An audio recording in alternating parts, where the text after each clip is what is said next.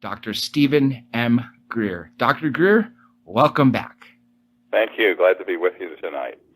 Well, let's go ahead and start with the campaign that ends illegal UFO and free energy secrecy, because that's obviously what it all comes down to.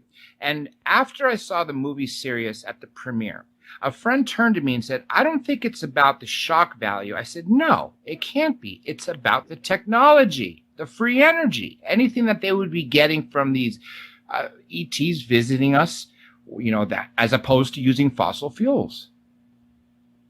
Right. Well, I think that there's a number of issues. One is the psychological warfare value.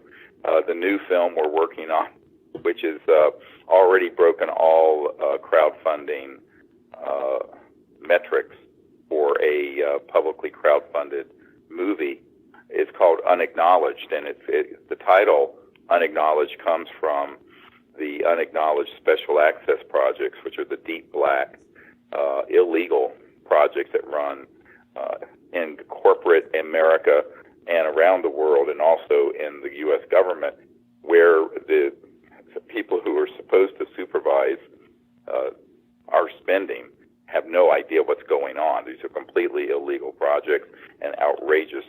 And so we call this movie Unacknowledged, and they're going to have a book that comes out at the same time with it called Unacknowledged, the same title. It's going to have an unbelievable amount of evidence and documents and top secret military whistleblower testimony from all over the world. And this is being supported by the public, and I'm very excited. We're at our 6-week mark since we launched the project, and we had a minimum goal of $500,000, and we've raised $450,000 in the first 6 weeks, which is a crowdfunding record. And we've also signed up a major international distributor for the film. So our goal is to put so much hard-hitting material in this movie and in the book, and to get it out all over the world, that no one can deny the reality that the UFOs are real, and that there are covert programs that have these technologies that are illegally keeping them away from the public. And I think this is the time where we have to all come together and say, look, we're not asking the government to do anything. We're going to do it ourselves, which means we're going to produce this disclosure, where this is the next big wave in the disclosure movement, which I founded in the year 2000, but which was really an outgrowth of Project Starlight when we were briefing the Clinton administration and his CIA director in the 1990s. So this has been 25 years in the making, and we're at the point now where the numbers of people are just amazing who are coming forward, both in terms of new evidence and material. But we're making a call, and I'm going to say this on your show right now. Anyone in a covert program dealing with UFOs or the technology or zero-point energy, free energy technology, who is willing to come forward in this movie should contact us as soon as possible. We have new witnesses from Wright-Patterson Air Force Base, the Air Force Office of Special Investigations, from the CIA and others coming forward, and we want to have more, and the more the better. So we have set up everything so that people can provide their documents and their testimony without any risk at all to themselves for punishment for speaking, because in 1997 and 98 we proved that all of these projects were being run illegally, and we sent a letter to every agency in the U.S. government stating that unless otherwise directed, this is an illegal project, and unless you tell us otherwise, we're going to start releasing all this information and data, and that's what we did. I founded the Global Disclosure Movement, and since then there are 15 countries that have opened up their UFO files. There are many people who've come forward, but we need to take this to the next level where we have deeper and more substantial whistleblowers that come forward, and also people who come forward with the technology. So the other thing we're asking for from the public is to network with people who may have one of these free energy devices, whether or not they're associated with a government contractor or the government. They may just be an inventor, because we have now identified the people who can fund the research and get this out to the public in a massive way, and I mean people that I had no idea we would ever be able to get, who are very supportive of our objectives of ending the lock that big oil and nuclear power has on the planet that's destroying the biosphere. So the people are all in place. We need to find someone with the technology, and we will feature it in the film, and we will feature it in the book, and we will massively disclose it at a global disclosure concert event with the film coming out and the book coming out with, and our objective is to have at least 1 billion people to 2 billion people watching, with a lot of A-list celebrities on the stage with a free energy device. And to do this, we're going to have to find someone who has something that's not a fake. You know, there are a lot of fakes out there, that we've spent almost $1 million trying to run down things that have been complete frauds and fakes. But we know that there are people out there listening right now who either have such a device or know of someone who does, and they need to get hold of us, 6 weeks ago. But, I mean, as of immediately, because we have a team of people who can interface with them and bring that technology and secure it. Now, I have to say, our objective with the technology is to massively disclose it to the public. And the person, you know, if the inventor wants to be anonymous, they can be. If the person who invented it needs to have to be compensated for their work, we have people who can fund them and compensate them. But we need to get it out, and we need to get it out in a way that is as open sourced and massively disclosed as possible. Because if you keep something like this secret, you know, Dr. J, every single person and team we've worked with who've tried to do this secretively, they're all dead, or they've all disappeared, or they've all had their technology stolen under national security orders. So what we're saying to people is don't repeat history. Let's make new history. The old way is to do this with intellectual property and secrecy, and it always fails. So that's a big part of what we want to do with this campaign, is not only bring out the truth about the fact that we're not alone and that the UFOs are real, and that these projects are being run completely illegally without the proper oversight of the people we elect and send to Washington, but also that the technologies that are at the heart of the secrecy would give us a completely new civilization well within our lifespan. And if people have even a proof of principle prototype that is self-running. Now let me explain what that means. We're not interested in something that's plugged into a wall outlet. Just forget about that, because there's too many ways to trick a meter and do stuff.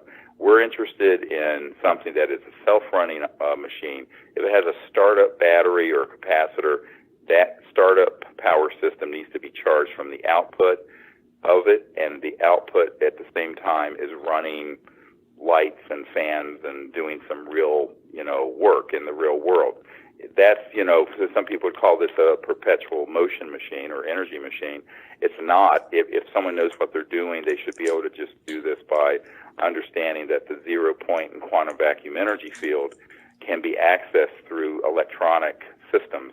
And we want to find someone who has something operational.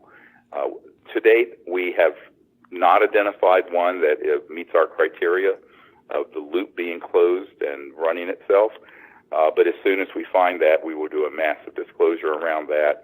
It will be featured in this movie, which will be seen all over the world, and we will have it at a disclosure concert that will have just a huge percentage of the world's population watching. Because we feel that the only way to do this is to pull all of this out of the shadows and secrecy and put it out in the light of day. And if you do it that way, and with social media and the internet, you can do it so that no matter what, they can't shut it down. Even if the big lamestream media says, we've been contacted by the CIA, we're not going to cover this story. Who cares? If you have Leonardo DiCaprio on the stage with this thing, because he's a big environmentalist, you're going to get 1 billion people to see it. Who cares about CNN? So we have to do this. I think I tell people right now, the people have to rise up in a peaceful revolution and end the secrecy. And that's why we're calling this the campaign that ends UFO and free energy secrecy, not the campaign that's asking the government to do it for us, because the government is so screwed up and so dysfunctional. I've had a place in Washington for 18 years. I'm there all the time meeting with people in the government. It is so dysfunctional you can't even believe it. As much as you think it's broken, it's worse than that. And the truth of the matter is that the people who are politicians, I doubt they have the courage to do this. And even if they start doing it, they're usually threatened and they back off. So I think this is where we, the people, my home right here is near Thomas Jefferson's house. And I tell you that we, the people, are going to have to step forward and make this change ourselves, not counting on the government to do it for us. And I know for a fact we can do it, but we need to come together. And I think people should go to our website, which is SeriousDisclosure.com. It's SIRIUS, like the star, SeriousDisclosure, all one word.com. And, even if you make a contribution of $1 or $2, or just network this to your friends, and there's a toolbar at the top where you can contact us if you're a military witness or a government contractor witness, or if you know of someone who has one of these free energy devices. And we have a whole team of people who we've just put here in place in Virginia who are working on this full time, 17 hours a day. And we're hoping that we'll be able to bring this, all of this out late this year or early next year is our target, and bring this forward. And I think we're racing the clock here, because if you look at all the comments by Hillary Clinton and John Podesta and people who are beginning to cover, even the New York Times and CNN are covering the fact that John Podesta, the chief of staff for President Clinton and the man who put together the Obama cabinet and who we provided the briefing for Obama through, John Podesta and Hillary Clinton have both been making open comments about getting to the bottom of the UFO issue. And the question is, will they really do it this time? I think we need to do it for them, or make it an inevitability that it has to happen. There's a few things you said that I think are super important before we move on to the next topic. I made this horrible mistake a few years ago, if you recall, when we were live on air, when I mentioned USAPs, but instead of saying unacknowledged, I said unauthorized secret access programs. And there's a lot of people out there who may think unauthorized and unacknowledged are the same thing, but they are two drastically different things. Before I go on to some of these other points that you hit on, do you mind reminding people Sure. why it's so important to know the difference? Yeah, when you talk about an unacknowledged project, you're really talking a USAP, literally the way it works. I'll give you a really crystal clear example. I have one of my military advisors was in a nearly $3 billion unacknowledged special access project. Now, that was just one compartmented project. And the way it worked was, they got together when they were running this. They were taken into an underground skiff, a secure communication intelligence facility. Everyone had all of their cell phones, watches, anything taken away from them. They went down there. There was a security officer, and the security officer had a gun and a clip, and he pulled a bullet out of the clip. He held it up and he said, "Sir," he turned to everyone. He says, "Men, you are in a unacknowledged special access project, and if you speak of this project to anyone, including your commanding officer, your 4-star general, anyone who's not actually in this room right now, there's a bullet. It has your name on it. It will find you, and you're a dead man." And that's now, what they use. That's how right? they work. So it doesn't really matter. So if someone is the President of the United States or a Senate Intelligence Committee member, or even I briefed the head of the Defense Intelligence Agency, which is almost as big as the CIA that's inside the Pentagon for the Department of Defense intelligence gathering. I briefed the head of intelligence for the Joint Chiefs of Staff, on and on. All of these people have been denied access to these unacknowledged special access projects, which are completely unconstitutional, outrageous, and illegal. And so there's $100 to $200 billion a year being stolen from the U.S. government that go into these programs. And, look, and no less a figure than Donald Rumsfeld, the Secretary of Defense for George W. Bush. We have it on tape, and it's in the movie Sirius. which, by the way, you can see for free right now on our YouTube channel, which is youtube.com/S-disclosure, S as in serious, but it's just S-disclosure. And we've already, in the past month, had 400,000 people look at that. Now, in that movie, we have a clip where Donald Rumsfeld, who was no, crusader for transparency, he was an arch-conservative neocon who got us into Iraq and to Afghanistan. And he is saying on the day before 9/11 that there's a $2.3 trillion unaccounted for in the Department of Defense budgets over the last few years. Now I understand it's $8.5 trillion, and this is our money, taxpayer money, and it's going into these projects. And so, what we did an assessment in 1997 and 98 after I had a lot of high-level meetings, including with the CIA director for President Clinton. And we concluded these projects are criminal enterprises, like a mafia. And we wrote a letter to that effect and basically said, we are hereby releasing everyone from their national security oaths who have been involved in anything related to UFOs, extraterrestrial intelligence, or the technologies and the reverse engineering efforts. Any documents they have, fair game. Any testimony they want to provide is open source, fair game. Any materials they have, fair game. And do you know that we have up on our website at SeriousDisclosure.com a link to almost 5 or 6 dozen top secret people's testimony.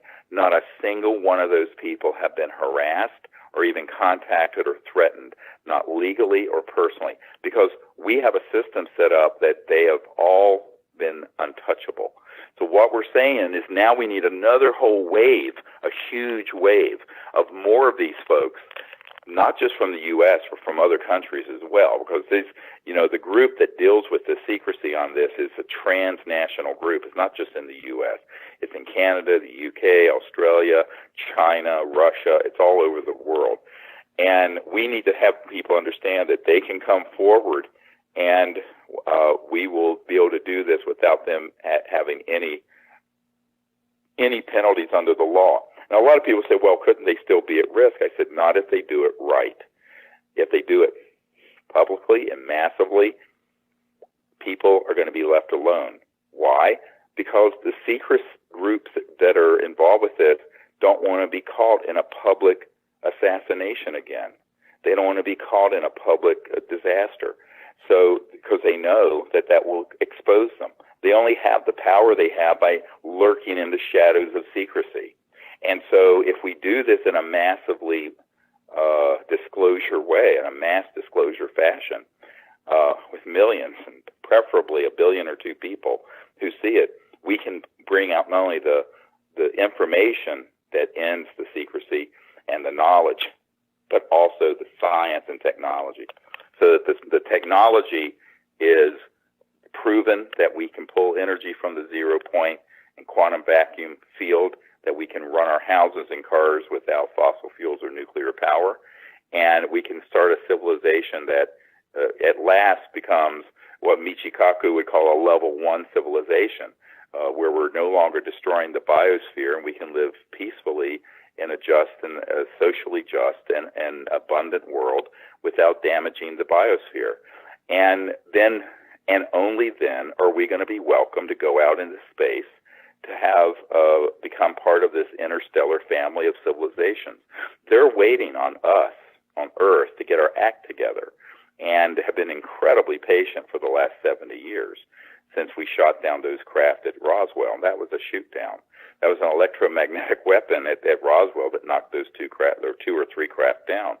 So, and we have an FBI document that explains this, actually, which will be in this new movie. So I think people have to understand that the unacknowledged special access projects have been running amok since the 50s, completely illegally ever since Eisenhower lost control of them. And we're on solid legal ground and moral ground to bring this information out. And we need mass defections from these covert programs and people who are willing to go on the record, name, rank, and serial number, with their DD-214s, their discharge papers from the military if they were in the military, or their employment record if they were employed, who will give testimony about what they have seen or heard or worked on. And that's what we're asking for tonight. And we need people who have these technologies to step forward, who have them, if they're willing to have them appropriately verified and vetted and massively disclosed. Now, we know some people who have some of these technologies and they say, well, we want to keep it secret. I said, well, you'll keep it secret like Stan Meyer kept his things secret until he was in the grave. Stan Meyer had a toroidal donut-shaped free energy device that had a national security order on it, and he took that to the grave with him. Really? And then yes. Wow. Our team went in there and saw it, John. We saw it. And what happened is that my project was trying to get that entire archive and all those materials of just a few years ago, and a group from Michigan jumped in, had more money than we had. They bought it, kept it all secret, and then I heard in the past year that entire team has been eliminated. I wouldn't be surprised. We have a history in the United States of using people and getting rid of them. I mean, there's so many instances that can be shown. Well, the reason for it is that they all make the same mistake. They're all doing this as if they're handling a new smartphone from Apple, and keeping it secret. When you're dealing with an explosive new technology that would completely make obsolete all the oil and gas in the world, you have to develop a strategy that meets that challenge. And that's what we're doing. That's what we've done. But the problem is you get a lot of people who've been successful in business and technology, and they don't understand the deep national security state. They don't understand the cabal. They don't know what buzzsaw they're about to be walking into and the landmines that are out in front of them that they're going to step on and blow up. We do, because this is what we've been doing for 25 years. So what we want to do is be the launch vehicle for one of these technologies if someone would cooperate with us in allowing it to get launched to the world. And, a year ago or even 6 months ago, I couldn't have said, look, we really don't have a lot of resources where we could compensate you.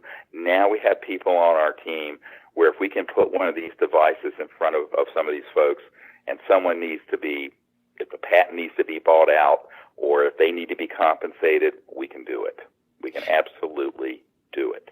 And so this is a game. This is a huge game changer in the new energy effort, because now we have the means to actually take anything that someone has, and if they've been waiting for a time to do it, don't wait any longer. It's now, because the Earth is in trouble, the biosphere. And the other thing that we're in great trouble with is, I have a big concern. The fact that the mainstream media started covering the comments of Hillary Clinton and John Podesta on this makes me think someone's pulled the trigger to do a false flag disclosure where sort of like what Werner von Braun, who invented the rocket for Adolf Hitler, said. He says they're going to hoax a threat from outer space, and it will fool everyone on Earth, and it's all a lie. It's all a big lie. And what I think is that I'm a little concerned that we need to hurry. This is, the June of 2016, and Werner von Braun was making those warnings on his deathbed 40 years ago in the 1970s. And I think that we're at the point where something that's 1,000 times worse than 9/11 is going to be unleashed on the world if we, the people, don't get ahead of it and expose the lie for what it is. So that's the other thing we're asking for. People who know about what I call the cosmic false flag operation need to step forward, and need to step forward now. Some years ago, I don't know if you remember this story, Dr. J, there was a man that came to the 1997 briefings for Congress that we organized in Washington, who was on an interagency committee, intelligence committee, that had all the plans in place to launch a false flag operation that would be like a cosmic 9/11 that would fool everyone. And he, the night before we did the briefings for members of Congress, he was approached by people he had worked for back in the 70s when he was on this interagency committee, and they begged him not to tell this story, and they took him out to a secure location out in Virginia outside of Washington until after the event was over. But he had told me about what he was going to testify to, and he was going to testify to the fact that, and we need more people like him now to come forward, that there was a plan that was fully operational in 1974, and he knew it had been in place well before the time he was involved, where they could hoax by using man-made anti-gravity devices, things that look like UFOs, and by using holograms and other special effects, and hoax an alien attack on something on Earth that would convince people that we had to quick unite the world, as Ronald Reagan said, around an alien threat. And he said it was all a hoax and it's all stagecraft. But he said everything was in place over 40 years ago. And I then found people who said, oh, yes, that plan was concocted by people at the CIA in the 1950s. And that's what they meant in these documents that we're going to release through this film and book that talk about the psychological warfare value of the subject and why they engaged Disney Studios. This is in a 1953 document, by the way, to do movies about this and Little Green Men. They wanted it either ridiculed or they wanted it spun in the direction of a threat from outer space. So all this stuff that's going on with the mainstream media beginning to cover this, and covering some people in the UFO ghetto, the sort of subculture of the UFO world, makes me concerned because the spin that I think they're getting ready to put on it, or they have been putting on it. If you look at the interview that was done by with the Blink-182 guy that I brought into the subject, with Tom DeLonge, and it was all, the aliens are here to eat us for lunch and we need to go to war with them. And he's being fed disinformation from guys at the Pentagon, and he doesn't know that he's being played as a mouthpiece for the false information to the world. So they have people that they're using who are witting and unwitting mouthpieces for this agenda. And the agenda was set back in the 50s when Douglas MacArthur said World War III will be interplanetary. So these guys have been planning this kind of nonsense since about the time I was born, and I'm no spring chicken. And I'll tell you right now that the only thing that's a bigger threat to the world than keeping all the free energy technology secret and destroying the biosphere is the public being stampeded into a false flag, cosmic false flag like I'm talking about. Unfortunately, there's the thinnest line of sanity between that now and that happening, and we've got to get people.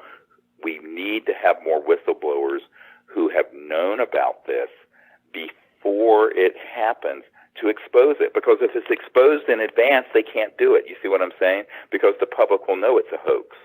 And it's so much as like this man who was the senior scientist at the Naval Research Labs, the largest Department of Defense lab in the world, who for years was on my team. He has since passed away of cancer, God bless him. He was the third, literally the third highest ranking person at the biggest Department of Defense lab in the world, the Naval Research Labs in Washington. And he said in my home here with witnesses that I have, and stated that before 9/11, he was in Vice President Dick Cheney's office and saw the information and plans for 9/11 before it happened. Now, I've not talked about this publicly because I have, frankly, bigger fish to fry than the tragedy of 9/11, because we're talking about something that'd be a global tragedy. But, he says this kind of stuff is done all the time. And people forget that the entire Vietnam War was expanded greatly by President Johnson and the Congress because we exaggerated or hoaxed an attack on our ships in the Gulf of Tonkin in Vietnam. A lot of people don't know this history. This is a matter of historical fact. That's right. And so there we have 58,000 of our young boys killed. We're just after Memorial Day here. I was just in Washington for Memorial Day. and trillions of dollars spent on these wars. And of course, Iraq, they said, oh, all the weapons of mass destruction that Saddam Hussein had. He didn't have anything. And the people knew he didn't have anything. We got stampeded into a war that's cost hundreds of thousands of lives in the Middle East. And now we have ISIS and thousands of our own soldiers and tens of thousands who've been blown to smithereens with missing arms and legs and eyes. For what? You know, and I tell people, I said, this is what's being fast-tracked. You need to wake up and smell the coffee. That all the scary stuff that's all over the internet and all these radio shows and all these programs that go on and on and on about the threat and the alien threat, this is all concocted stuff that they're manipulating the public through propaganda to get them to accept the sacrifice in blood and treasure of the next big war, which they want to be interplanetary. And I'm telling people we have to expose this beforehand. And that's why I'm making a call for, now there are people out there who weren't in the military. We want people in the military and government intelligence and corporate world who know about this to come forward. But we also want people who've been victims of it. You know what I'm talking about, Dr. J. There are people out there who have had their cattle mutilated or who have themselves been abducted and had implants put in them, and they remember that it was that there were these weird-looking creatures that, are, by the way, are man-made that we call aliens, and there are military people running the show. We need those people to come forward, because there are people who, when they try to drug people and do these sort of mind control stuff with them when they're abducting them, they break through and they remember the military guy standing in the background telling the little man-made looking alien creatures to do it. And what people don't understand is that this has been going on since the 50s and 60s, where they've been hoaxing stuff like this. So there are people who've had real contact with ETs, and there are people who have had things that look like contact, that's scary as all get out, that they've been doing to create a false narrative, a false story. And in some cases, like the Benowitz affair, you know, the story in New Mexico, where this woman saw one of our man-made anti-gravity devices near Sandia National Labs in Kirkland Air Force Base at the wee hours of the morning. What that was, they sent a squad to abduct her and make it look like an alien abduction. It was all humans. And then that made its way to Paul Benowitz, who ended up in a psychiatric hospital because it kind of blew his mind, all the tricks they were playing on him. But it was all to cover up the story that this woman had seen at very close range, one of our super secret spacecraft that were anti-gravity, which, by the way, we've had since the 50s. So I think people have to understand there's a very big game being played here. And there's a lot of deception, and there's a lot of false information out there that's designed to get people to go along, as Ronald Reagan did, with the whole Star Wars effort. And this is a very dangerous thing. So almost equal to and maybe worse than the fact that we're destroying the biosphere is that we have a false flag operation that they've already done all the propaganda for starting 60 years ago. People ask me, when would this happen? I said, it's been happening. It's already happening. You go to any UFO conference and thing, it's filled with information that is frightening to the public, that's designed to be put out there by these cosmic Manchurian candidates, I call them. And some of them are people who have been in the intelligence community, who've been in mind control programs where they're given drugs and also electronic holographic information, where they have all kinds of accounts of things going on out in space with humans and all kinds of horrible agendas. And it's all a program being run by their controllers.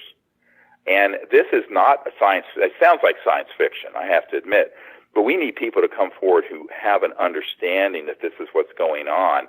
So it's like the WHO when they said, we won't be fooled again. We cannot be fooled again the way we were in Vietnam and the way we were in Iraq. This is the big one. This is the one that the guy who invented the rocket for Adolf Hitler, Werner von Braun, warned us about. We can't be fooled again on this one.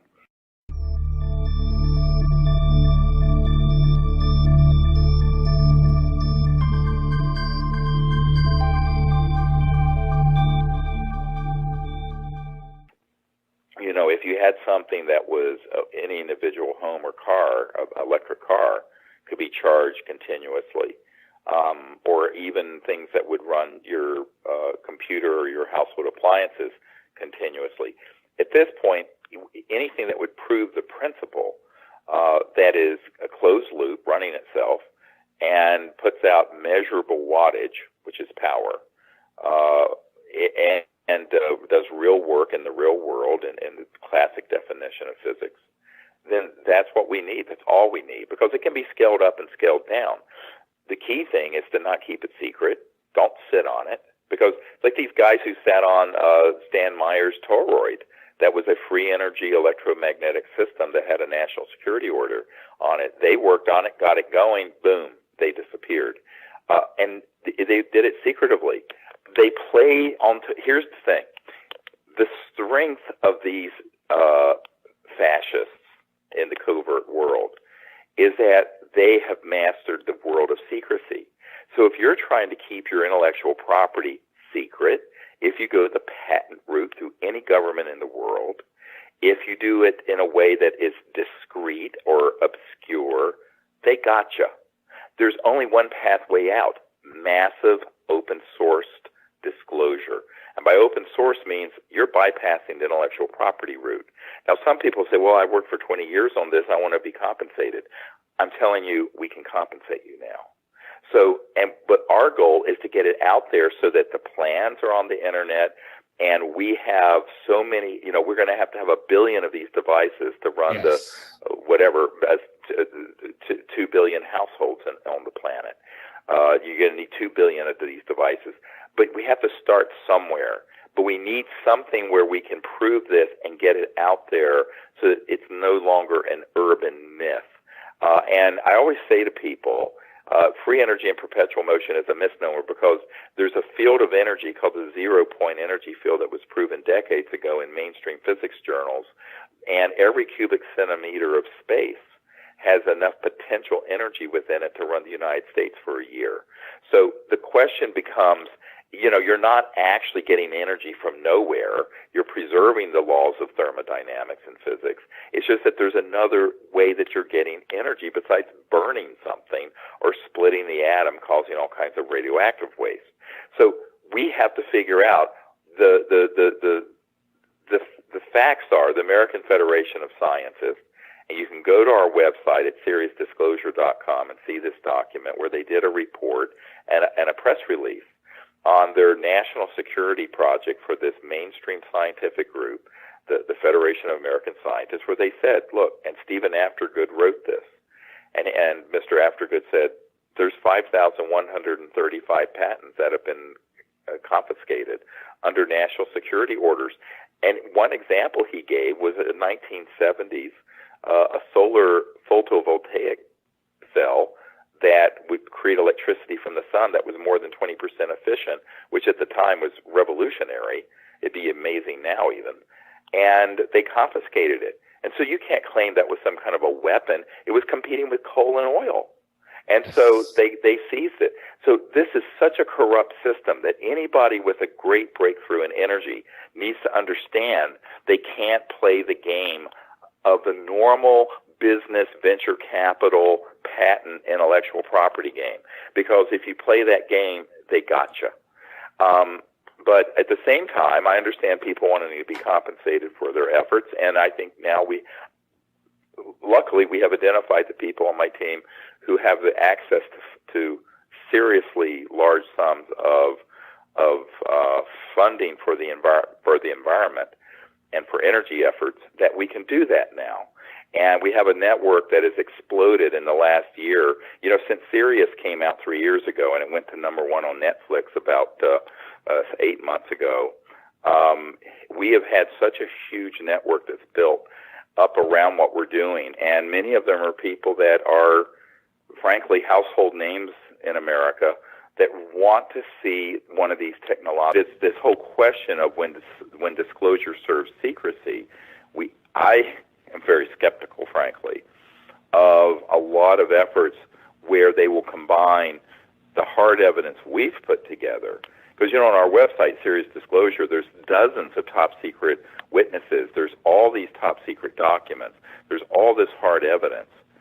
And then what they'll do, they'll take it and then attach to the credible evidence a lot of discrediting material or things that really scare the hell out of the public in sort of a pseudo or false disclosure. And this has been the biggest battle we've been fighting. And I think that the public needs to have a heads up and not be fooled again if all of a sudden the mainstream media starts covering the issue, but then attaching and spinning this sort of a threat from outer space onto it. Because I always laugh and I say, look, if you can't prove a negative, but if there were overtly hostile civilizations out there, they would have cleaned our clock by the time we had detonated the first atomic bomb in 1945. Certainly by the time we started going out into space with weapons and our space exploration programs, which were a proxy for the military and the Cold War competition with the Soviet Union. I mean, they would have absolutely just said, hit the pause button. But that hasn't happened.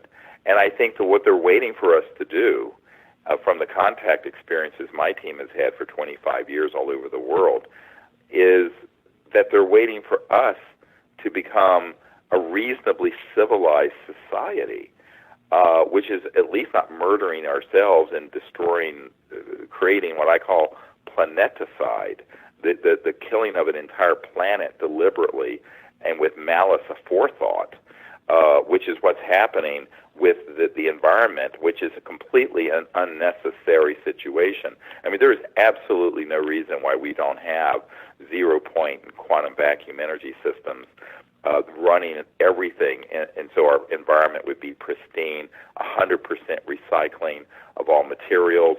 I mean, we could have a world that would be completely as pristine as it was, 2,000 years ago environmentally, and still have 7 billion people living on it if we stop living on it in a foolish way. And so I think that any of these civilizations from other star systems are watching this, and a lot of people say, well, why don't they intervene and just fix it? I said, well, it doesn't work that way. I mean, it's like us going to Afghanistan trying to impose Jeffersonian democracy. We, the people of Earth, have to come together and make this happen.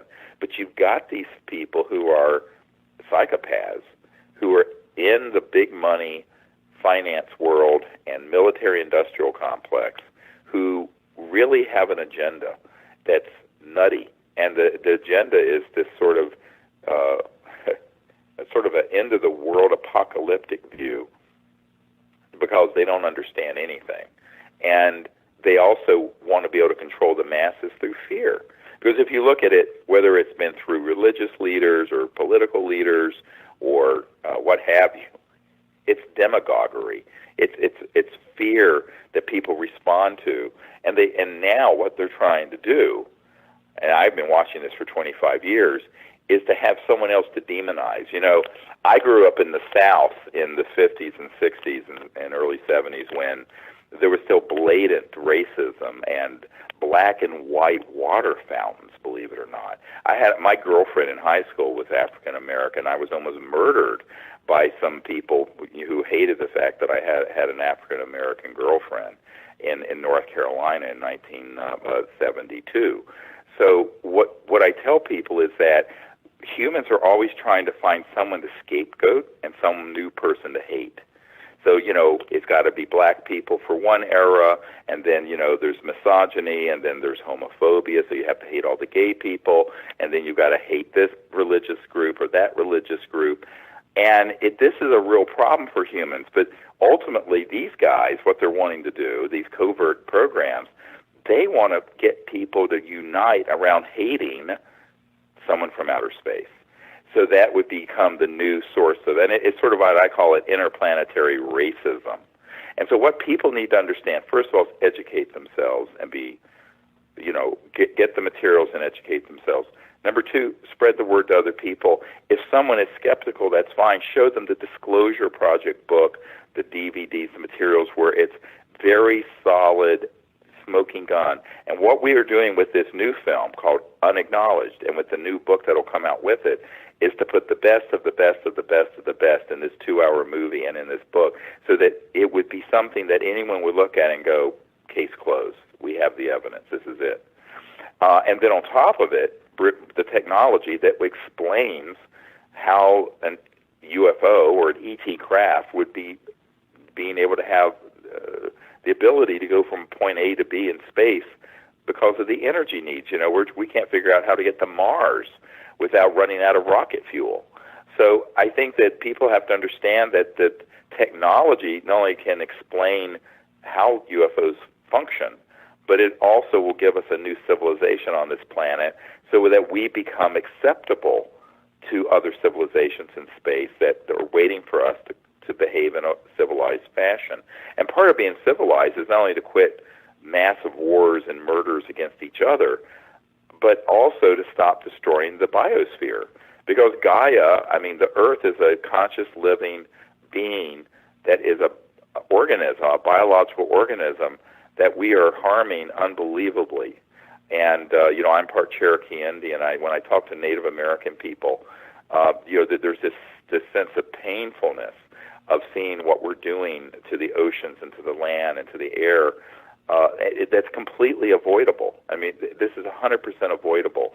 If we didn't have any alternatives, I'd say, well, it's a consequence of the Malthusian problem of billions of people living with 1800s era fossil fuel energy systems. But we have had technologies that could give us a civilization that would be prosperous and just and abundant and clean for the better part of 100 years. This goes way beyond the modern UFO era, back to the early days of Tesla and even before Tesla.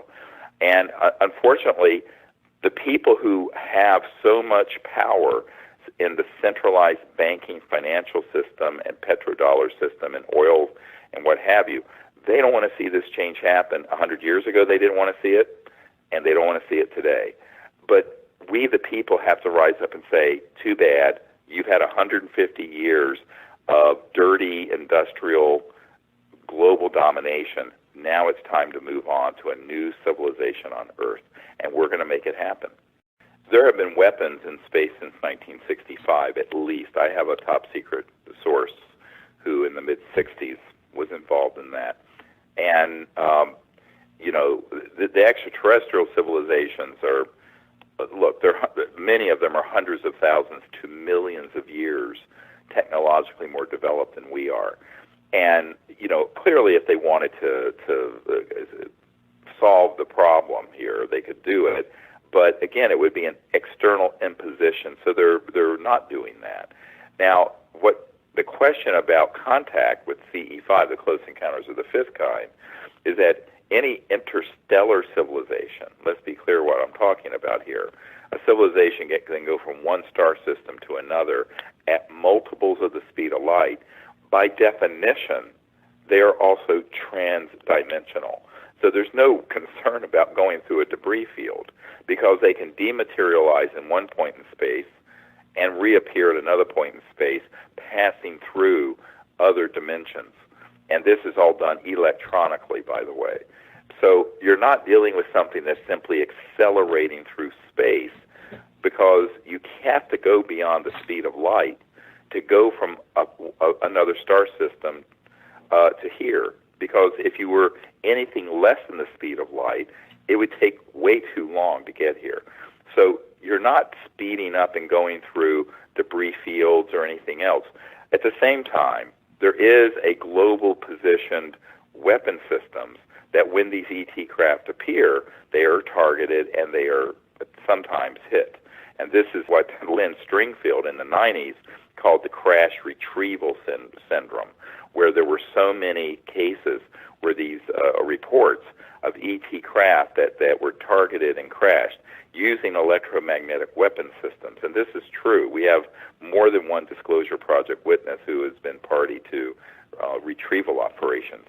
Now, this means that when we're doing the diplomatic effort that we're leading called the Close Encounters of the Fifth Kind Initiative, we have to understand transdimensional physics, transdimensional sciences, and how objects disappear at one point and reappear in another. I'll give you a great example. We were just in Arizona in a remote area on top of a mountain outside Tucson about a month ago. And when we were there, we had a number of events happen where objects would literally, they didn't fly in from space. They would just materialize right over us very briefly and then dematerialize. And then they would start doing all kinds of strange things through our electronic detectors, our magnetometers, our radar detectors, our laser detectors, our camera systems that would record. So there are all kinds of phenomena that attend a transdimensional civilization because they're able to drop out of linear space-time and go to another dimension and then reappear at another point in space-time. Also remember, they can be completely resonating beyond the speed of light where they're not visible to the naked eye or to any camera, and yet they're right there hovering right above you. And every once in a while, one of our digital cameras or an ultraviolet or infrared camera will capture them, and it's astonishing, these photos we have. But with the naked eye, you see nothing whatsoever. So a lot of the training I do to people is to bring people into the real space age, meaning the interstellar space age. And when you talk about interstellar, you're talking about beyond the speed of light. When you're talking beyond the speed of light, you're talking about a physics dealing with energy that is beyond the speed of matter and light. And therefore, you're talking about a whole new understanding of phenomenon that happen. But it means that they can appear, they could be out near the rings of Saturn and then have a craft appear hovering right in the field beside us. And it might be seen by everyone for 10 seconds, dematerialize, and all you'll see will be something that looks like a hologram or like a ghost-like object that is moving around and is communicating with everyone in our contact group. Many enlightened masters have been able to materialize, dematerialize objects, levitate, bilocate, all these. So these are well known. If you study the Vedas from the ancient Vedas from the Himalayas, you really get into this whole idea, what have been called siddhis, S-I-D-D-H-I-S. And I teach this at these week-long retreats that I teach, where people get a full course in the siddhis and the ancient Vedic knowledge of consciousness, but also of where mind and matter interface. And this is another part of what needs to be disclosed. When you're dealing with interstellar civilizations, they're not using cell phones and radio waves at the speed of light like we're using right now. They're using technologies that interface with coherent thought. So you think to the device and it is actuated, something it turns on or does something. And in fact, this is what Dr. John at Princeton and Adam Curry, who is in the film Sirius and who I just recently have met with, are developing.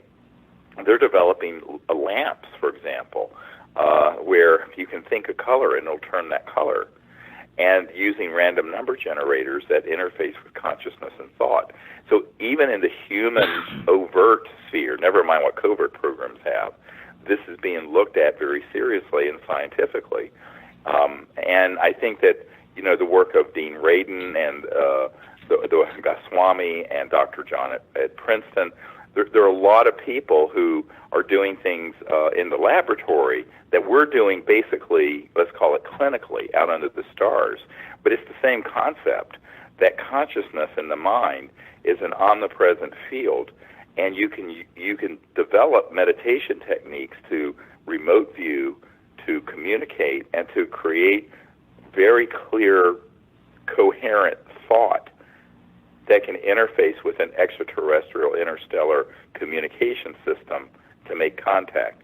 And that's part of what we do. And of course, this blows people's minds because most people don't understand how their smartphone works.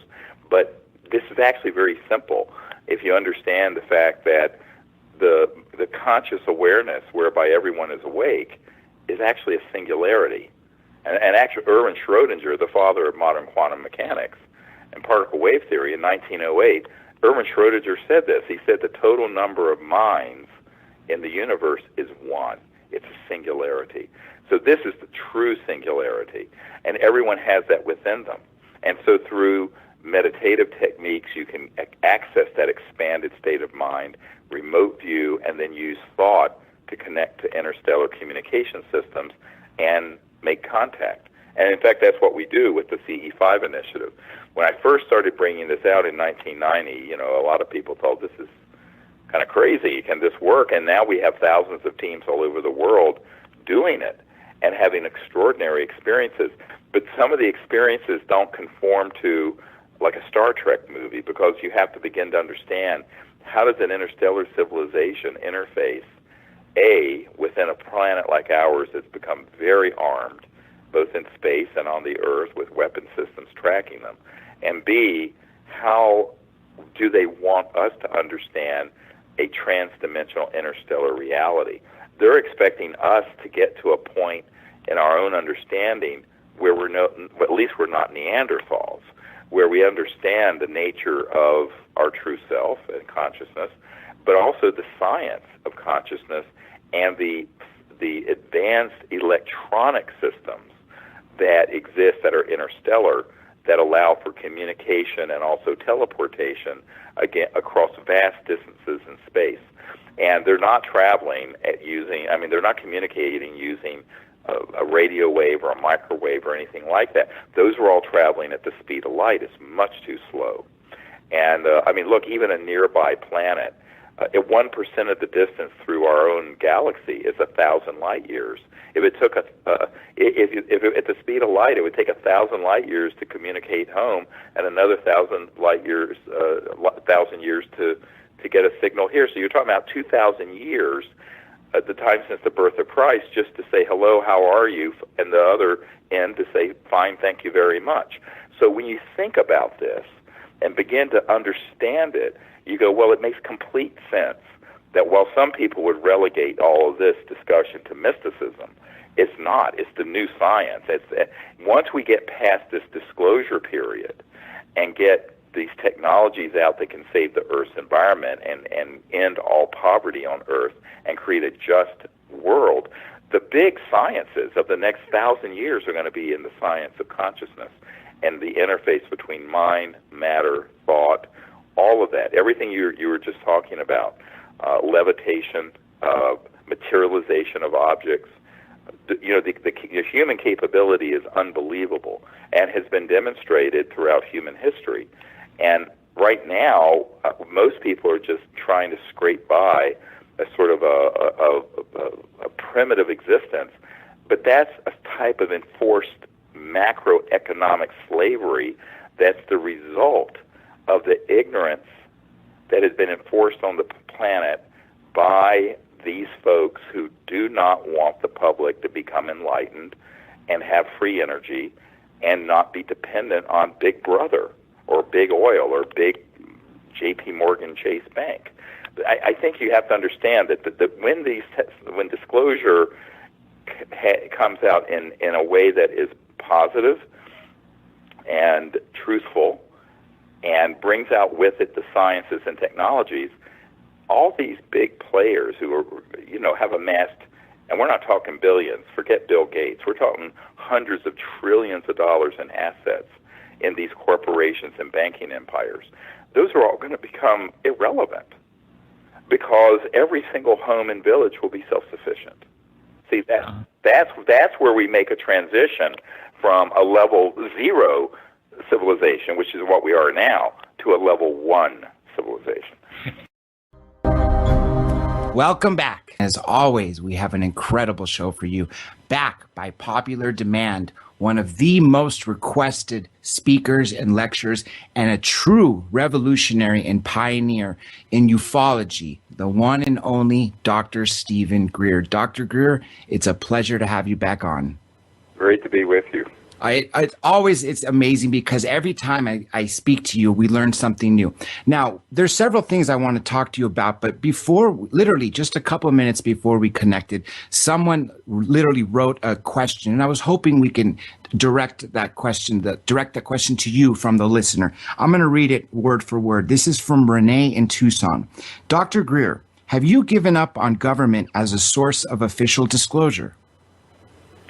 That's a great question, actually. And, there's a big backstory. We'd probably talk for the whole hour to get her informed as to what the background really is to that. And here's what I mean by it.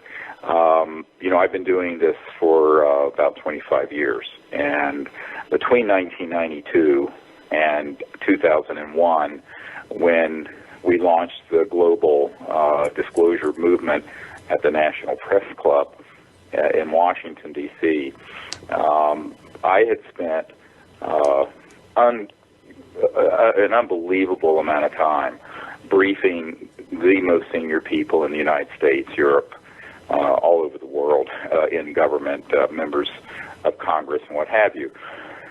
And what we were asking for in the early days, now you have to take this in perspective. I'm working full-time as a trauma doctor, emergency doctor. I have 4 little kids. I'm shuttling back and forth from North Carolina up to Washington, doing briefings for the CIA director, for the head of the Defense Intelligence Agency, members of the Senate Intelligence Committee, etc. So in the early days, what I was wanting to do, and this is also how Lawrence Rockefeller got involved when he realized what we were up to, was to put together the best available evidence we could, and for me to find firsthand government witnesses, astronauts, cosmonauts, CIA people, KGB people, and put them together and get their information and get their documents and get the evidence for the fact that we're not alone in the cosmos, we're being visited, and that there are very secret projects mishandling it. And that the hope was, during the transition from Papa Bush, George W.'s dad, who had been head of the CIA back in the 70s, and Bill Clinton, who became president in 1993, January of 93, during that period, there was some thought that there might be an opening, and particularly because the Cold War had just ended, that they could put a fig leaf on the secrecy about UFOs, blaming it on the exigencies of the Cold War, even though that was never the reason, and come out and come clean and end the cover-up and all of that. Well, actually, President Clinton was very open to that concept, and certainly his CIA director, R. James Woolsey, was, as were many other people. But the problem became with someone actually wanting to take the steps to do it. So I spent personally an enormous amount of time putting together this initiative. As you know from the Associated Press, AP sued the Clinton Library and got the original Project Starlight documents, which was the name of this operation prior to the Disclosure Project, which I founded in the year 2000. The Project Starlight documents, there was one that was a letter signed by me and astronaut Edgar Mitchell and cosmonaut Marina Popovich and all kinds of people, basically recommending that the president take this seriously and change it. Of course, and Lawrence Rockefeller was very supportive of this. Now, I think his brother David Rockefeller of Chase Manhattan Bank was less amused, but Lawrence was the philosopher of the family and very, very favorable to this. But he was getting a lot of flack from his nephew, who was Jay Rockefeller, who was the chairman of the Senate Intelligence Committee, and other people in sort of the mainline world of secrecy. So Lawrence, however, really was a white hat in this, or wanted to be, but he didn't want to push too far. So we took the lead. Basically, I took the lead in providing the briefings and putting together the evidence and the people. And we thought, if we put the best evidence together and provide compelling reasons why the president and his national security team, as well as key people in the Congress, should get behind ending the secrecy and bringing this information out and the technology and with all of that, that perhaps they would do it. Well, the problem is, having been basically doing this for multiple presidencies, what I have concluded is that the political class are in two big problems. The biggest one is that they actually don't have access control over these projects. Now, what do I mean by that? Just because you've been briefed on them doesn't mean you control them. Don't conflate those two things. Those are very different things. And what I discovered, to my absolute shock and horror, was that the President of the United States, as well as his CIA director, as well as the head of intelligence for the Joint Chiefs of Staff and the head of the Defense Intelligence Agency, and the members of the Senate Intelligence Committee I personally met with, like Senator Dick Bryan from Nevada, where Area 51 is, none of them knew anything. And when they asked, they were basically lied to. In fact, Senator Claiborne Pell, who was the chairman of the Senate Foreign Relations Committee, which when I met with him, ironically, I said, Senator, you have been deprived of dealing with the ultimate foreign relations issue. And I pointed to the stars above our head. We were out on a patio in California. And he looked at me and he said, Doctor, I believe you're right. I said, yeah, I am. But he also told me that he had made inquiries through official channels and never gotten any answers. But none of these people felt that it was bogus or that there wasn't something going on. But that it was just an ultra-black project, what we later came to know as an unacknowledged special access project that is not acknowledged to anyone who's not in that compartmented operation. So the problem became, okay, they're interested, they're kind of supportive, but as the CIA director said to me, how do we disclose that which we don't have access to? You get it? So the problem would become, if it was done that way, it would create the largest, most severe constitutional crisis since 1776, and I am not overstating that. So the politicians really don't want to touch that third rail and get electrocuted. Now you have to add on another part of this, and that is that the media, the big mainstream media, not you guys, are completely corrupted by interest in the corporate intelligence sector to ridicule this subject or to whitewash it or to, they'll get someone from a trailer park with all their teeth missing to, say they saw something, but they won't let someone who's a general or a cosmonaut on the air or an astronaut. So what you find is that the big media are poised to attack like a pack of hyenas, crunching on the bones of any politician or public figure that would dare even mention the word UFO or extraterrestrial intelligence and make them a laughing stock. So then you have to add that whole problem into this. The bottom line is, it's not that I have given up that these officials in government should do it. I am extremely skeptical that they will. And that's why, after we notified every significant agency in the U.S. government that we were going to come forward with people who had top secret clearances who had been part of these projects and had firsthand information, that those folks would do so legally without any penalty because the projects that were being disclosed were themselves illegal operations and the National Security Act didn't apply and they couldn't prosecute them. And to this date, none of them have been threatened or prosecuted. Very different, say, from Edward Snowden, who disclosed projects which, even though they were horrible, those projects were being briefed to the president and to the key members of the House oversight committees and the Senate oversight committees.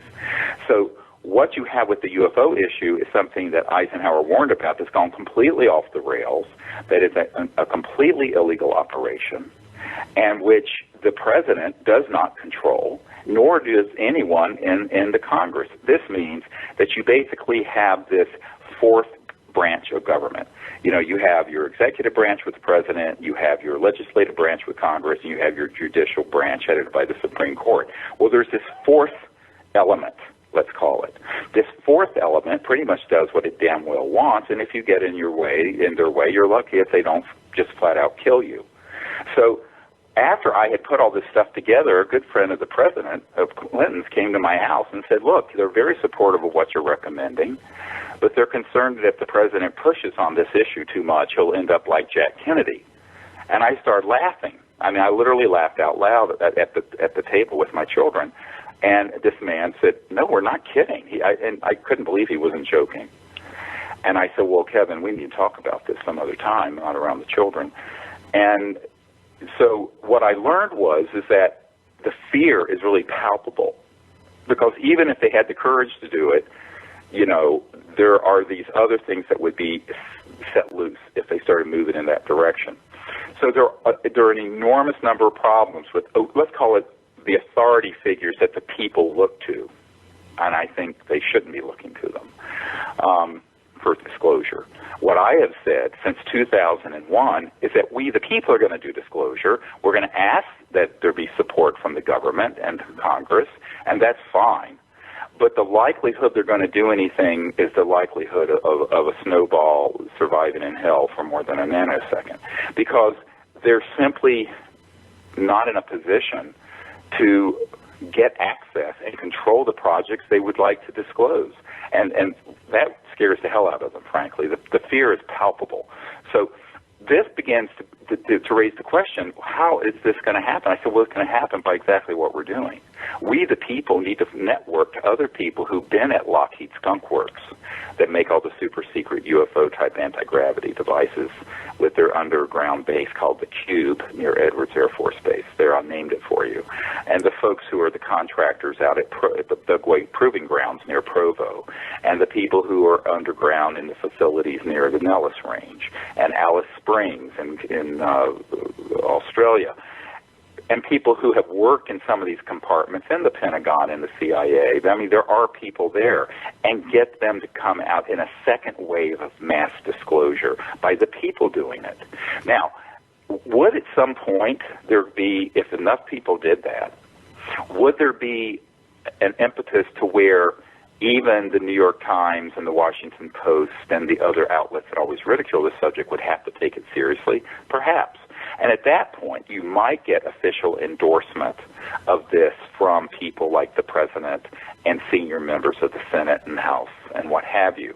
But I think that for them to do it without there being that kind of massive groundswell of public pressure and, frankly, disclosure of further and further detailed information that's corroborated, not one person telling a great story, but multiple people come forward and corroborate it, preferably with evidence, documents, photos, the material if they can, and that's actually what we've been calling for.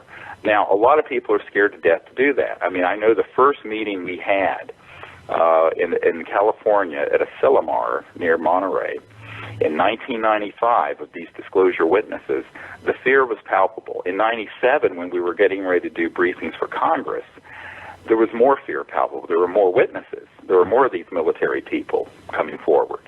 And what we found, however, is that if you get them, a bunch of them together like we did, and this is what we pioneered, then they feel safer because they're not doing it as lone wolves. They're doing it as people working with other people who understand that they're doing it patriotically, because the operations keeping this information secret are themselves unconstitutional, illegal, and are destroying everything that America stands for.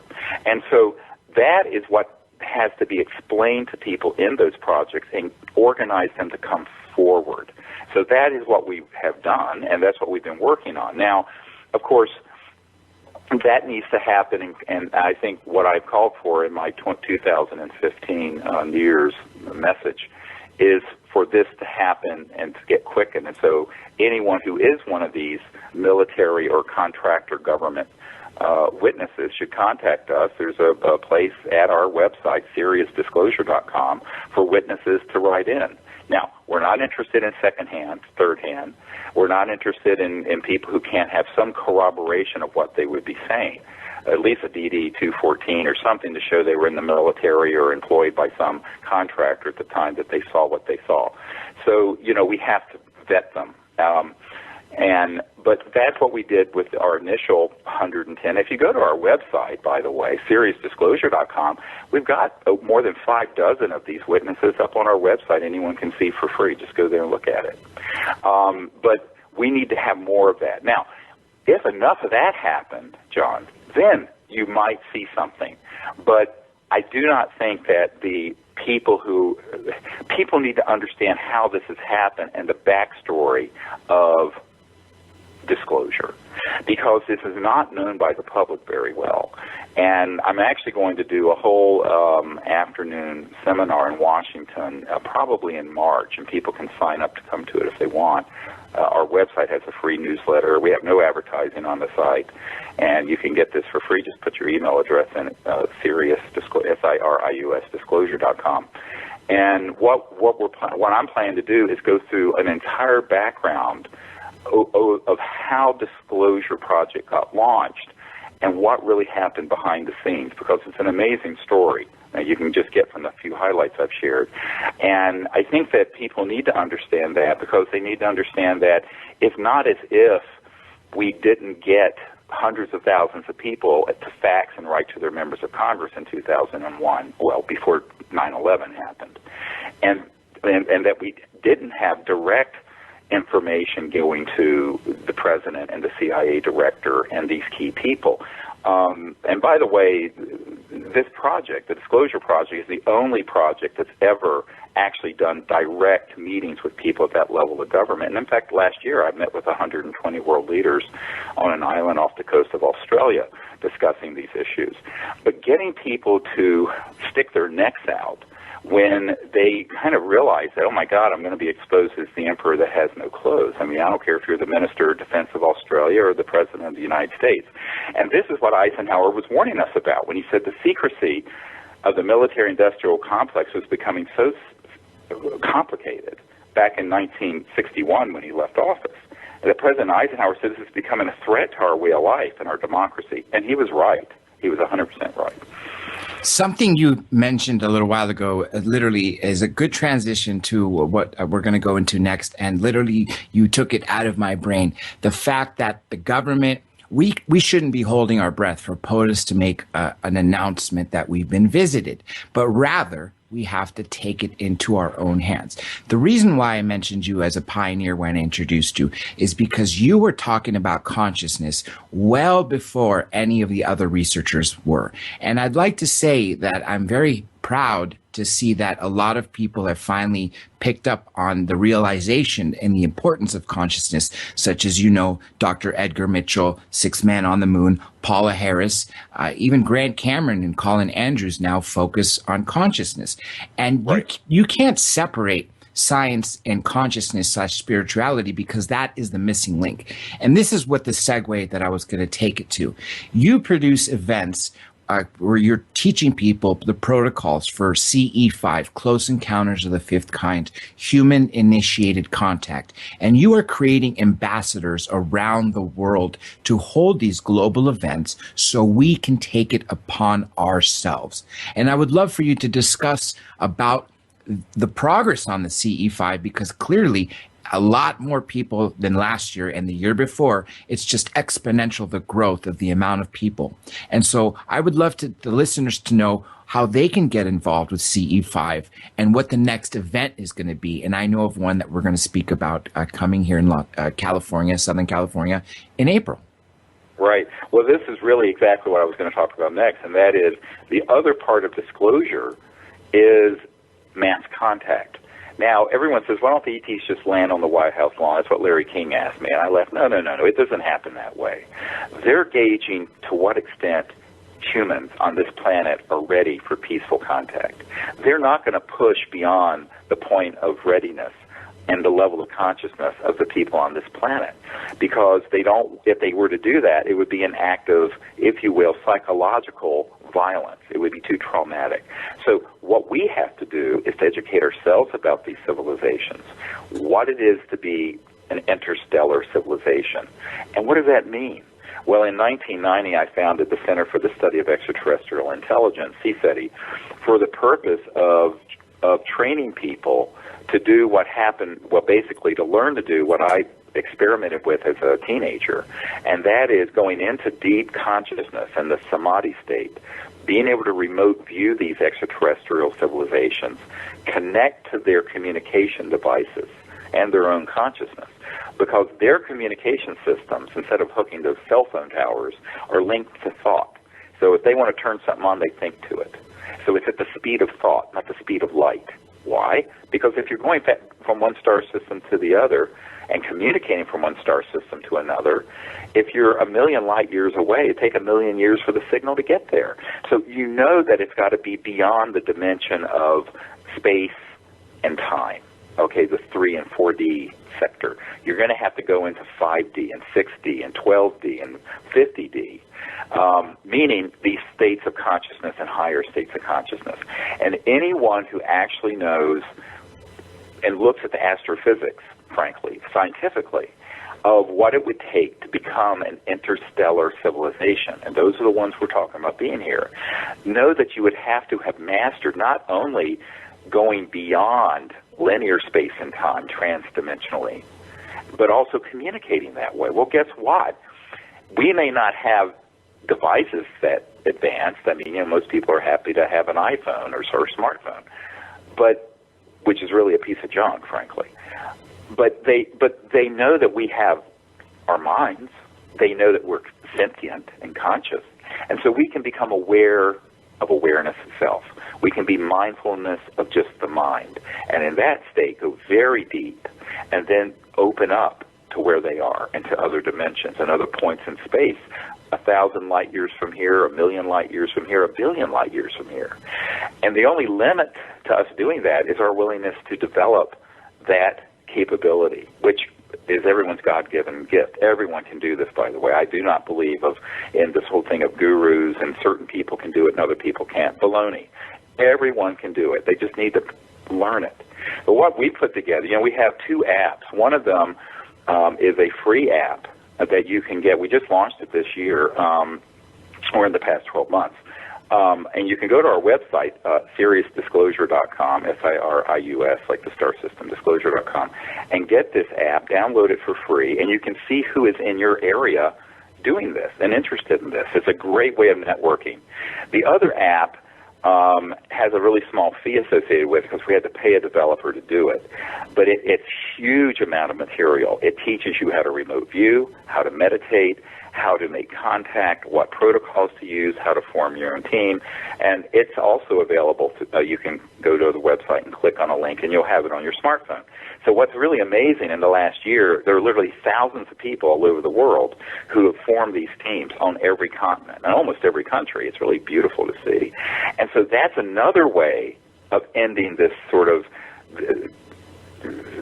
secrecy, because if more and more people do this, the ETs that are watching the development on Earth of our civilization will say, at a certain point, now what that point is, I can't tell you, but at a certain point, there'll be a critical mass of people doing this where they'll say, they're ready, and we'll do it, and we'll really come forward more and more boldly.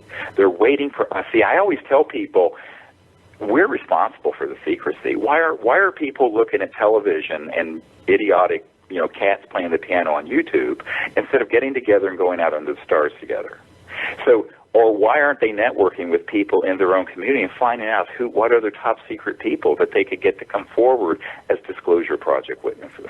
So my message is that of empowerment, not only for direct contact by we the people to the ETs, let's bypass the government, but also disclosure, let's bypass the government. Now, as a consequence of that, at some point in the future, when that'll be, I don't know, the government of this country and others will absolutely have to deal with the issue, because it will reach a critical mass of data and experiences and sightings and what have you, that it'll reach a breakout where the intelligence community and even the mainstream media that is basically pimping, and they're basically they're an asset of the intelligence community on key things. Anyone who thinks we have a free press when it comes to really sensitive stuff is incredibly naive. I mean, I've seen it firsthand too many times.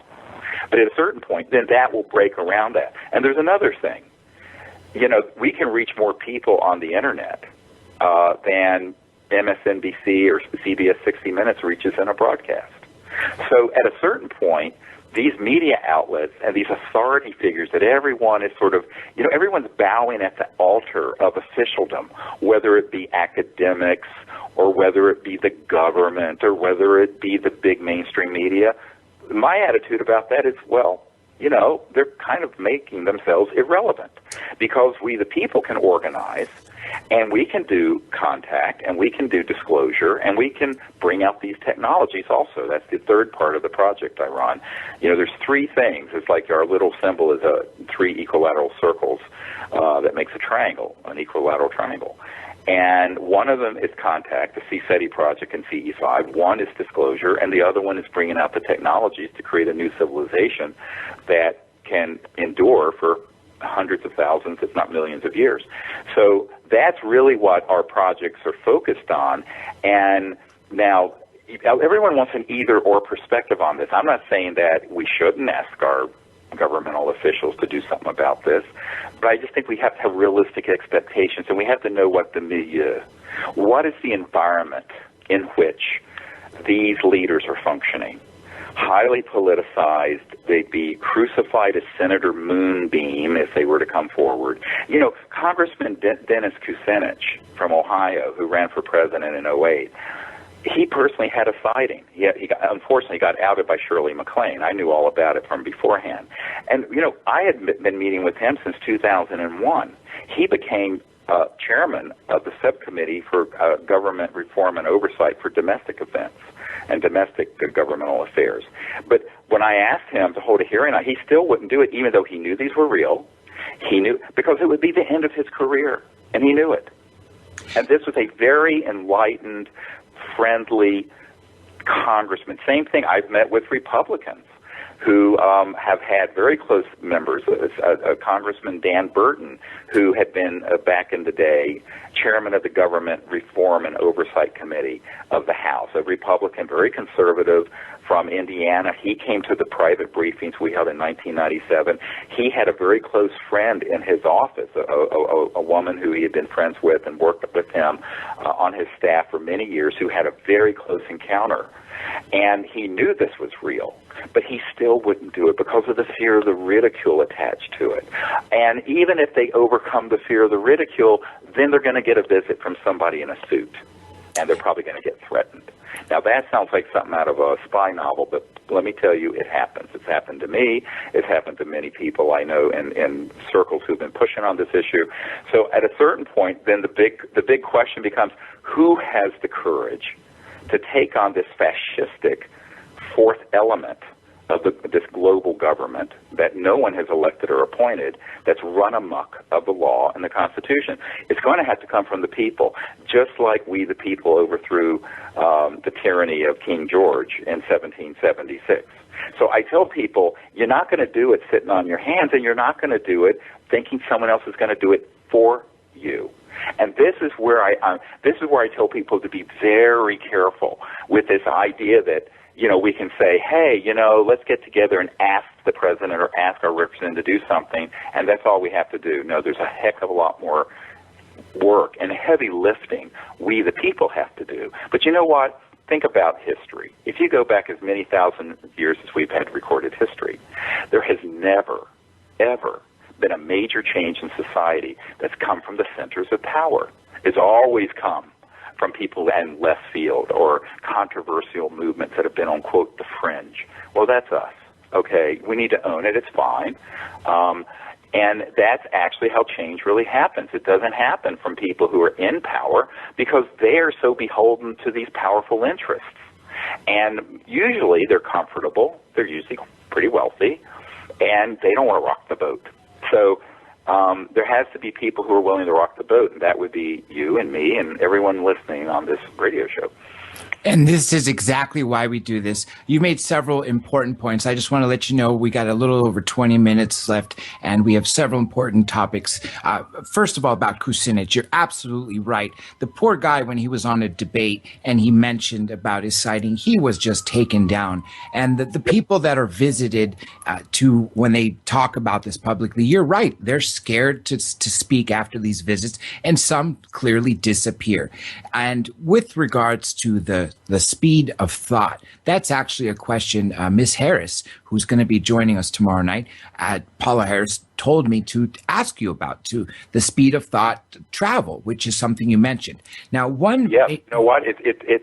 it's even the wrong paradigm. There is no speed because thought emanating from consciousness, particularly when you're in a deep level of consciousness, is instantaneous anywhere in the cosmos. So it is instant, absolutely instant. So there is no time factor when you transcend time and space. This is the whole point of the non-local, and this is a physics term, the non-locality of mind and consciousness and thought allows for instantaneous communication, instantaneous real-time viewing anywhere in the cosmos. And in fact, even looking backward or forward, but that's another discussion. And that's what I train people. You know, we're going to do in April in Joshua Tree, right near Joshua Tree National Park. We found this amazing estate that is on 600 private acres that we're going to be gathering with in April there. And what I'm planning to do is take people through that whole process of how to go into that state of awareness and then how to use consciousness and thought as well as our laser systems and other technologies we have to make contact, and then how does that contact come back to you? And so that whole event, by the way, starts on the 10th of April and goes for a week until the 17th. And it's just going to be amazing. Information about it's at our website. I think we just announced it last week, and there are only 3 positions left, to be honest with you. But we're also going to be doing that in Colorado, and this is the first time we're going to do it there. In Colorado in June, on June 14th for a week, we're going to be in this place near Mesa Verde National Park where the Anasazi Native Americans vanished, and it's near Durango, and we have found a retreat center where we're going to be for a week. So people who want to come to that in June, that's on 14th to the 21st of June, and that's going to be really fantastic in Colorado because and that's where Paula Harris, I talked a couple of years ago, I brought her out to southern Colorado, and we were there doing this while we were filming the movie Sirius, which people can still see at our website if they want to go and see it online. And she was with me, and we were doing this whole protocol with a circle of about 25, 30 people, and this disc, this ET craft floated over, came right over us, and turned, made a right-hand turn, and then a fighter jet was vectored in and chased it, and it kind of made a spiral and vanished.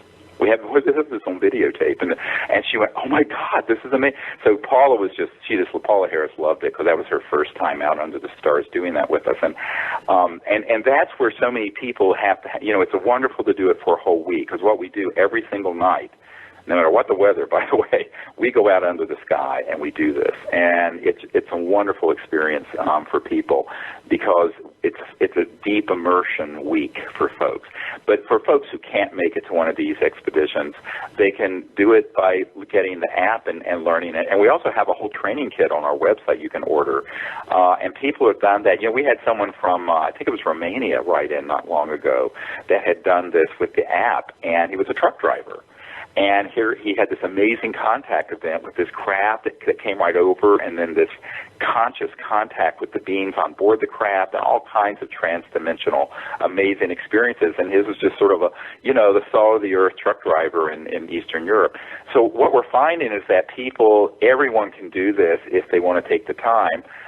I tell people there's nothing to be afraid of, except other humans. I mean, we've been shot at in Mexico by people, and we've had all kinds of problems with humans. But, I mean, the ETs, we've just had the most amazing, beautiful experiences. And it's nice to do it with a group. You don't have to have 25 people, but if you have 3 or 4 or 5 people or 8 people, it's great. And there are teams now of these CE5, Close Encounters of the Fifth Kind, now all over the world. And if you want to see where there are people interested in this near you, you can get this free app and just, look and see. And then everywhere there's a little triangle, that's where there's a person or a team. This is exactly why I call you revolutionary, because you are empowering the people to take it into their hands. Now, I know because we're compressed on time, we can literally spend hours on each individual topic, and then we'd probably still run out of time. But briefly, right, before I come back to CE5 and the April event and the astonishment from everybody that attends these events, I want to go to some major point. And I've been wondering for years, why are they hiding the extraterrestrials from us? Well, do they think we can't handle it? And it was at the Sirius premiere in Los Angeles. I think it was your scientist, correct me if I'm mistaken, Adam Curry. Is that his name? Gary Regardless. Nolan.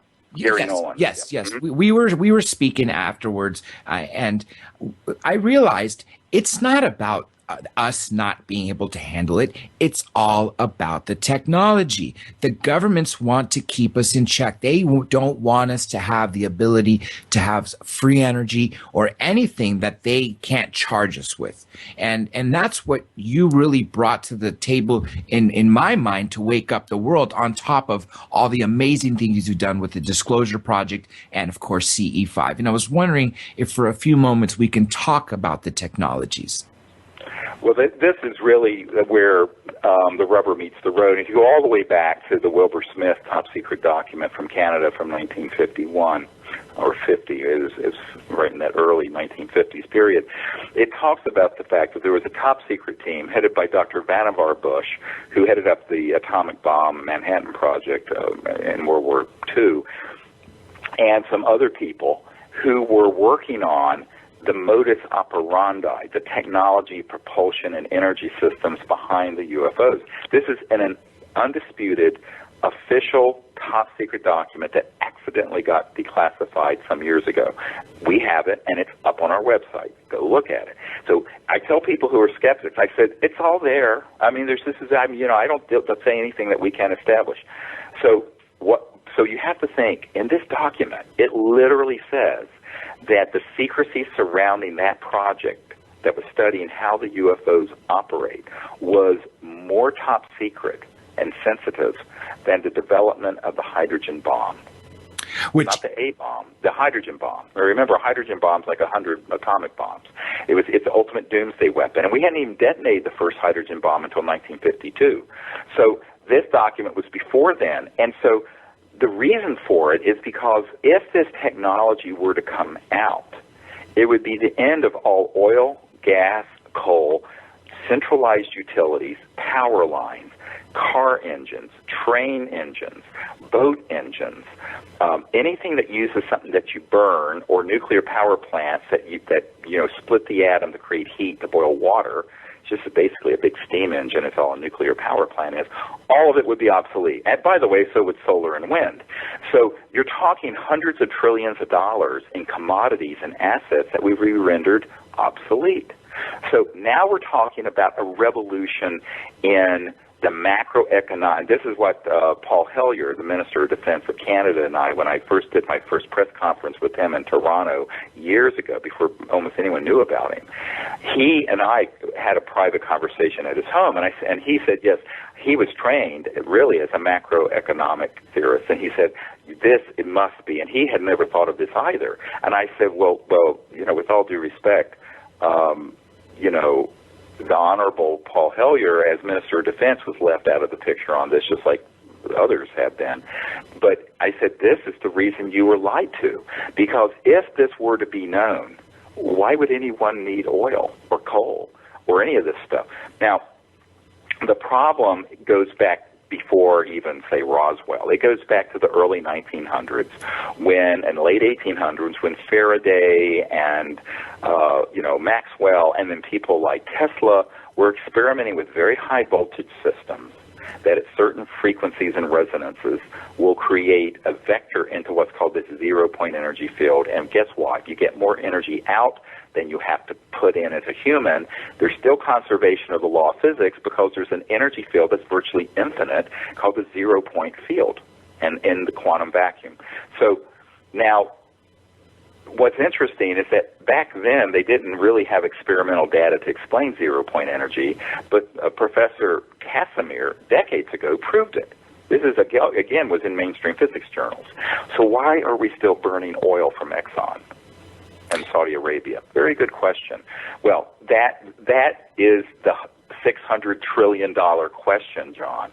And if you were to disclose that the UFOs were real, the very first thing anyone's going to ask is, well, how the hell are they moving? They're silent. They can go hundreds of thousands of miles per hour and make a right-hand turn. They're anti-gravity. They're obviously not burning any fuel.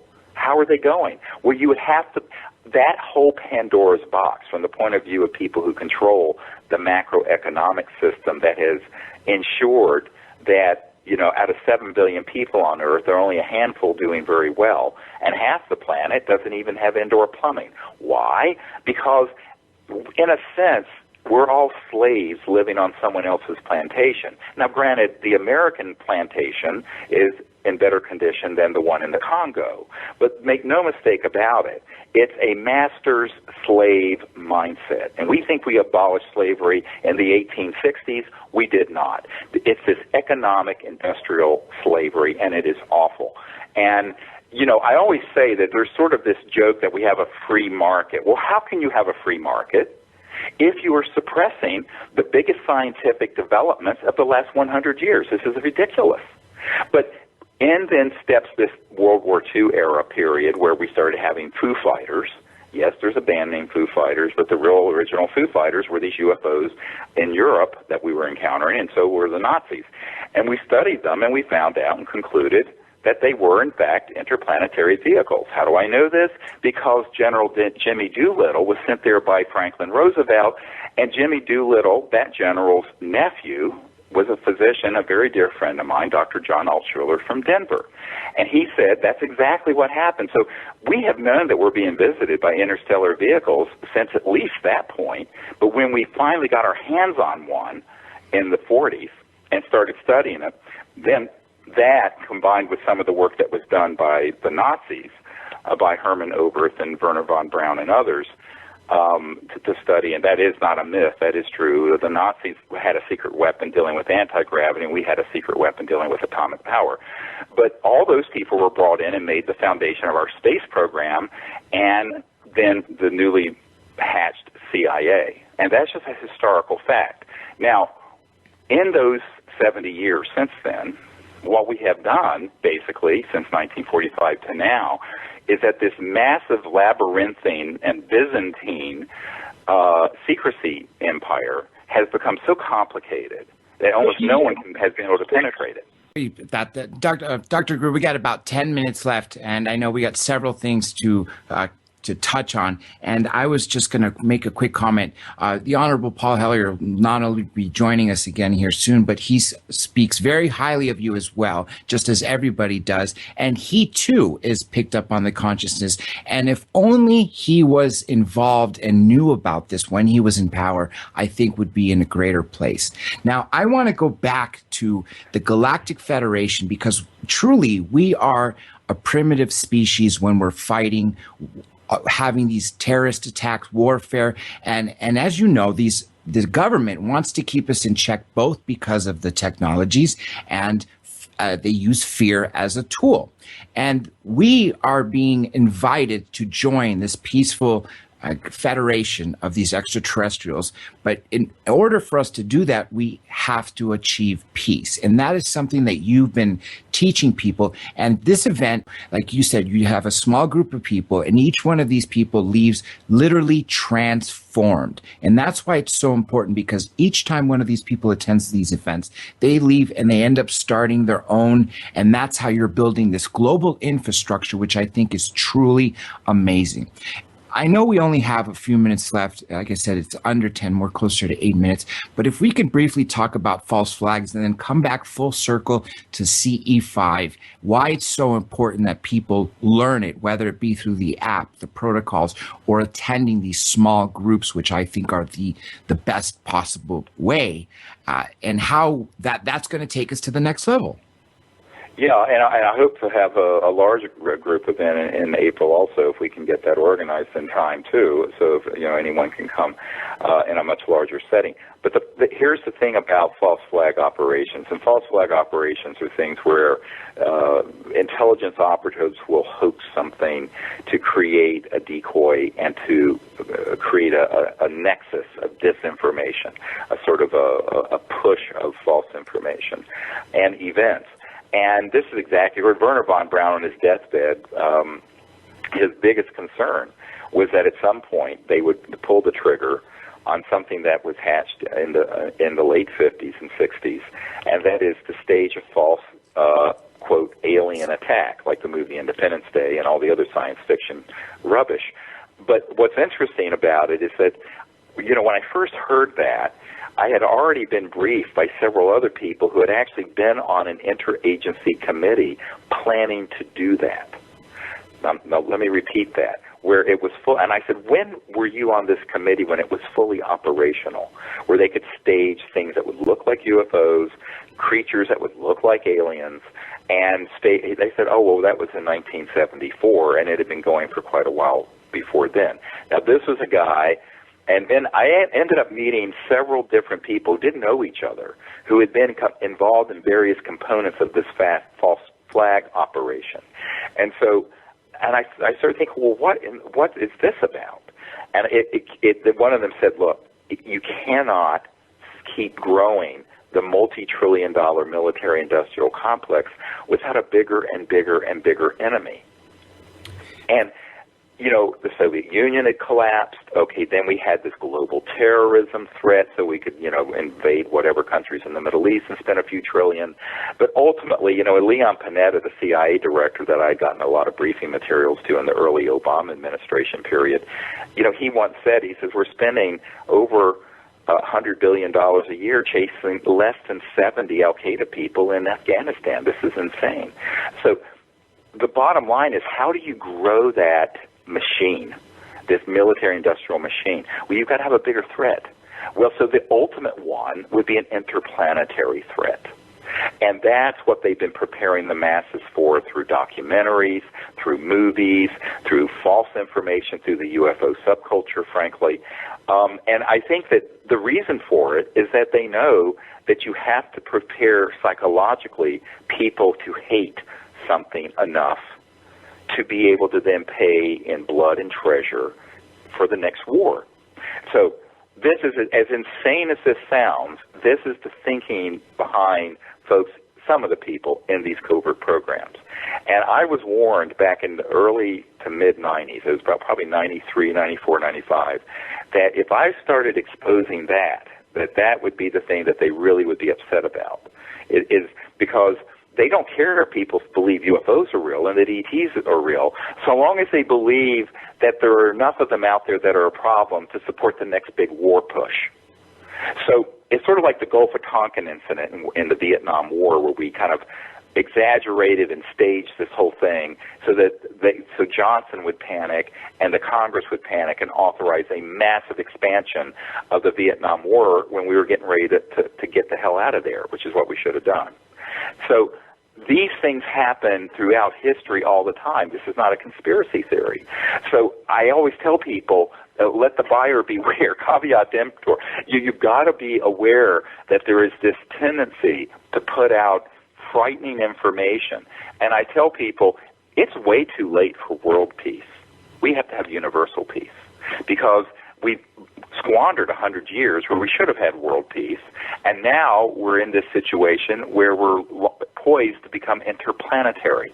So we have got to get our consciousness to a point where we cannot be manipulated. It's like the old song from the 70s, we won't be fooled again. We cannot be fooled again.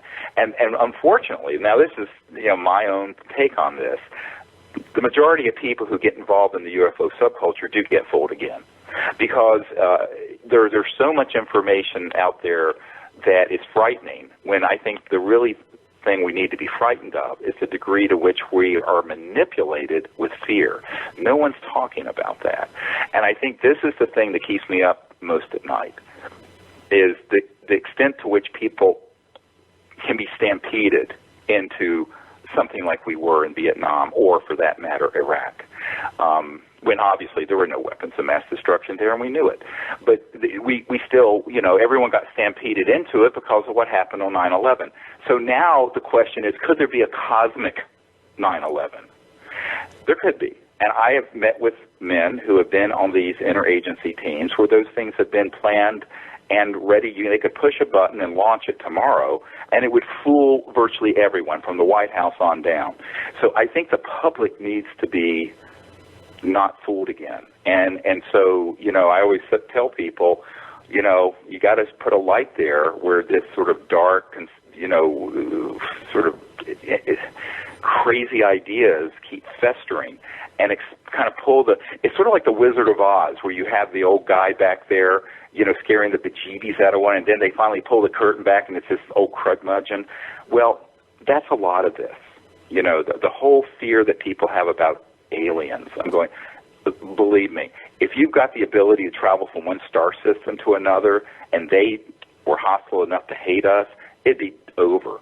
It wouldn't be like one ufologist, they've been warring over Earth for 290 million years. Really? With what?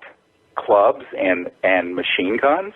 I said, come on. We're talking about civilizations that are capable of interstellar transdimensional travel.